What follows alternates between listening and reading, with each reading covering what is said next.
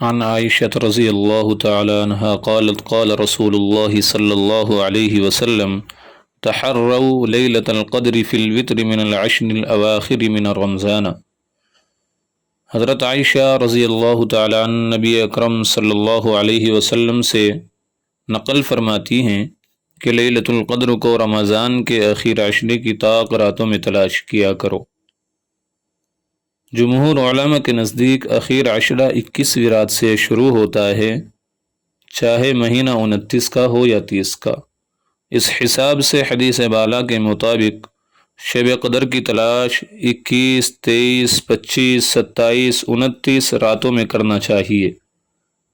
اگر مہینہ 29 کا ہو تب بھی اخیر عشرہ یہی کہلاتا ہے، مگر ابن حزم کی رائے ہے کہ عشرے کے معنی 10 کے ہیں، لہٰذا اگر رمضان المبارک 30 دنوں کا ہو تب تو یہ ہیں، لیکن اگر 29 کا چاند ہو تو اس صورت میں اخیر عشرہ 20ویں شب سے شروع ہوتا ہے، یعنی 20ویں رات سے شروع ہوتا ہے، اور اس صورت میں وتر راتیں یعنی طاق راتیں یہ ہوں گی 20، 22، 24، 26، 28۔ لیکن نبی کریم صلی اللہ علیہ وسلم لیلۃ القدر ہی کی تلاش میں رمضان المبارک کا اعتکاف فرمایا کرتے تھے، اور وہ بالاتفاق 21ویں رات سے شروع ہوتا تھا۔ اس لیے بھی جمہور کا قول 21ویں رات سے طاق راتوں میں قوی احتمال ہے، زیادہ راجح ہے۔